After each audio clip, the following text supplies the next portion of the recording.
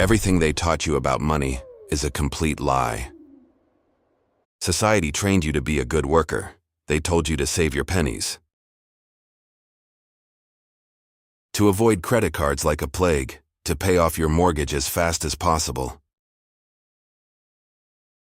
They conditioned you to fear debt, to view it as the ultimate enemy. But look at the ultra-rich. Do they save money in a checking account? Absolutely not. They swim in debt. Because debt is a double-edged sword. It destroys the middle class. But it builds empires for the 1%. You are playing the wrong game. It's time to reprogram your mind. First, let's define bad debt. This is the trap of the poor, taking a 7-year loan for a sports car, financing a television, putting a vacation on credit, paying only the minimum balance every month. That is financial suicide. The credit card companies love you. You are their greatest asset. You are buying liabilities, things that lose value the second you buy them. This debt bleeds you dry. It forces you to work until you die. Now look at good debt. Good debt puts money into your pocket. The wealthy call it leverage. Leverage allows you to lift heavy objects with minimum effort. Financial leverage is called O.P.M. Other people's money. It is the secret language of the elite. If you're starting to see the matrix, hit the like button. Subscribe to the channel. Let's dive much deeper. Imagine you saved $100,000. The average person buys a $100K house in cash. They feel safe, they have no debt. But they wait 20 years for that house to double in value. That is painfully slow.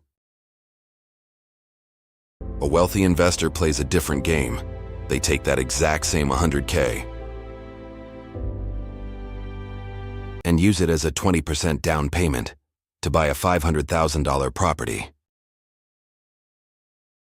The bank lends them the remaining $400K. Poor people panic, but now you have a huge debt.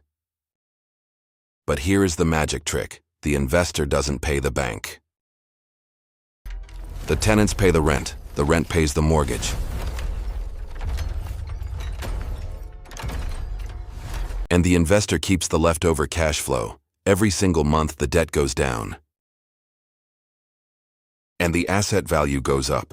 They built a $500,000 asset using other people's money. But it gets even better. They use a strategy called the BRRRR method. Buy, rehab, rent, refinance, repeat. This is how empires are built from nothing. They force the property value up through renovations. Then they go back to the bank. They do a cash-out refinance. They pull their original $100K back out. Tax-free, because borrowed money is not taxed. Now they have their money back, plus a cash-flowing property. They repeat the cycle infinitely. But real estate is just the beginning. Let's talk about acquiring cash-flowing businesses. The middle class tries to start a business from scratch. They risk everything, and 90% fail. The wealthy don't start businesses. They buy them, and they use debt to do it. Imagine a traditional business like a laundromat or a car wash. It generates $200,000 a year in pure profit. The owner wants to retire. You don't need $1 million in cash to buy it. You use seller financing. You give the owner a 10% down payment.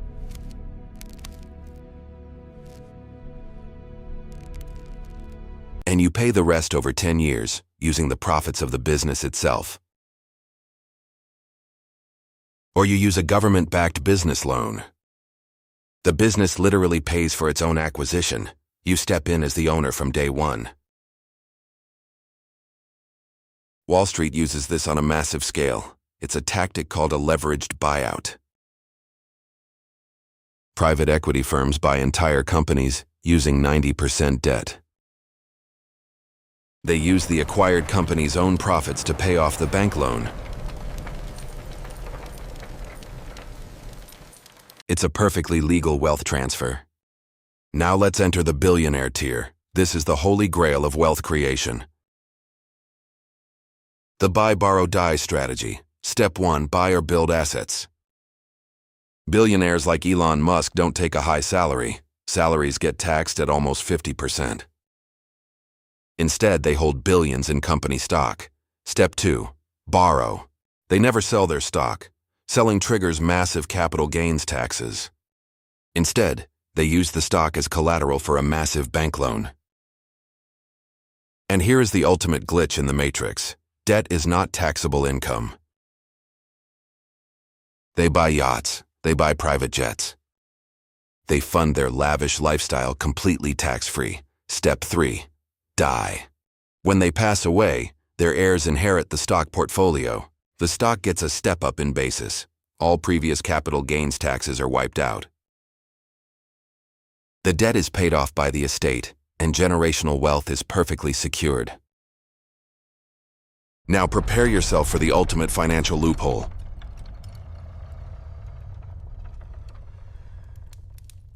The wealthy don't just use banks, they become the bank.